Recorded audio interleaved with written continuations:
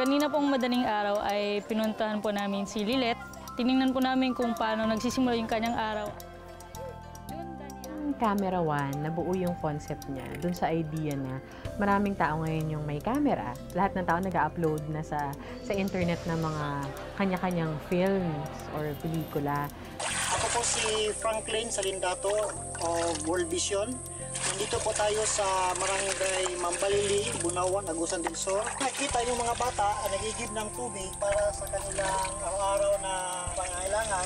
Bilma po muna tayo, antayin natin si doktor kasi tinatawag pa ng mga nurses kasi darating daw. Bakit hindi natin gamitin yung same power, yung same capacity to tell our leaders, total election naman, kung ano talaga yung sitwasyon natin.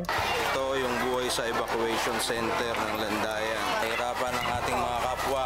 Gabayan nyo naman po kami dito ng mga pasyente nyo sa probinsyal. Kaya kami pumupunta dito dahil wala kaming pera at umaasa kaming magamot. Si Direk Brillante Mendoza yung nakita namin perfect na director for the project. Kasi unang-una, pareho kami ng advocacy.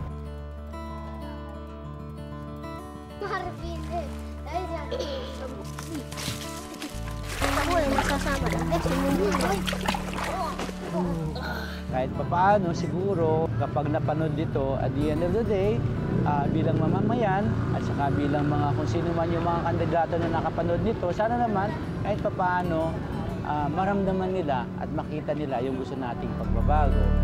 Hindi ito pa rin yung matungkulan ng isang kandidato, hindi na kailangan iboto. Kailangan iboto natin yung sigurado. Ay ako, mayor ko, blanco. Wala akong iboboto. Challenging siya in a way na hindi lang sa amin basta-basta manggagaling yung input tsaka yung mga videos na ipapalabas.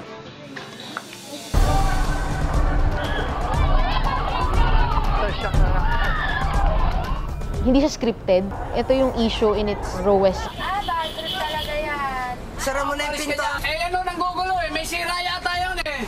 Eh yabang-yabang mo eh. Ikot-ikot!